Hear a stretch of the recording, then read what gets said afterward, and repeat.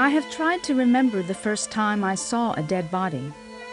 There have been many firsts in my life, like the first time I touched a dead person. I was too short to reach into the casket, so my father picked me up and I leaned in for that first empty, cold touch. It was thrilling, because it was an unthinkable act. But there was no first viewing that I recall, because from the time I first entered the world, there were dead bodies.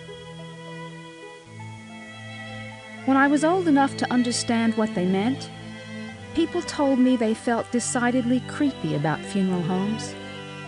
I knew a woman who always ran to the other side of the street whenever she happened upon ours. She gave a little shudder when she saw me seated on the swing on the veranda. I faithfully nodded to her and remained silent.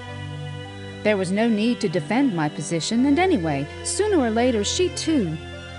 Well, I won't hover. But I could understand how one would think that it might be a bit unnatural to spend day after day, year after year, entertaining the grieving and caring for their dead.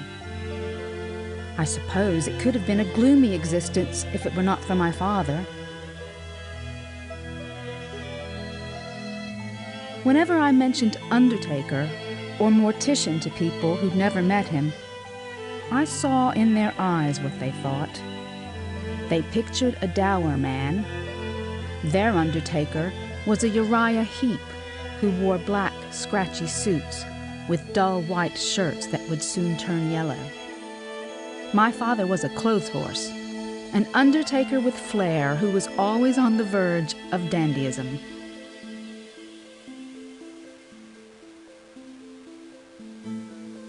He thought nothing of driving miles to hunt down a better quality suit. No easy task, given that our little pasture of a town did not border any large metropolis. Nowadays, people raise their brows when they think of modern undertakers. These men are thought of as squeezers, nothing more than ruthless businessmen. My father would squirm at the idea of being compared to them.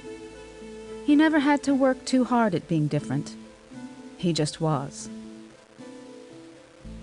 Even though a high number of our town's dead rested with us over the years, we were the ghosts of the house.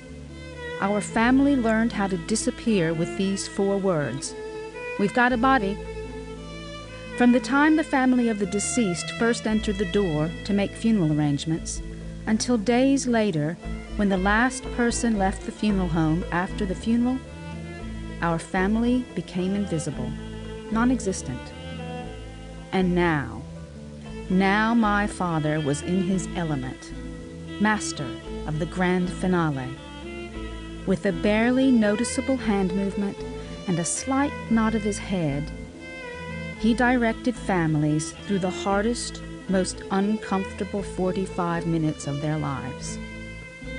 Immaculately dressed, he stood present during the entire service.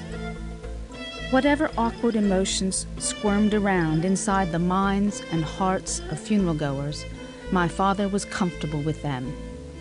He was as comfortable in his own skin as he was in his beautiful clothes, and that was a thing of solace to those who were feeling rotten.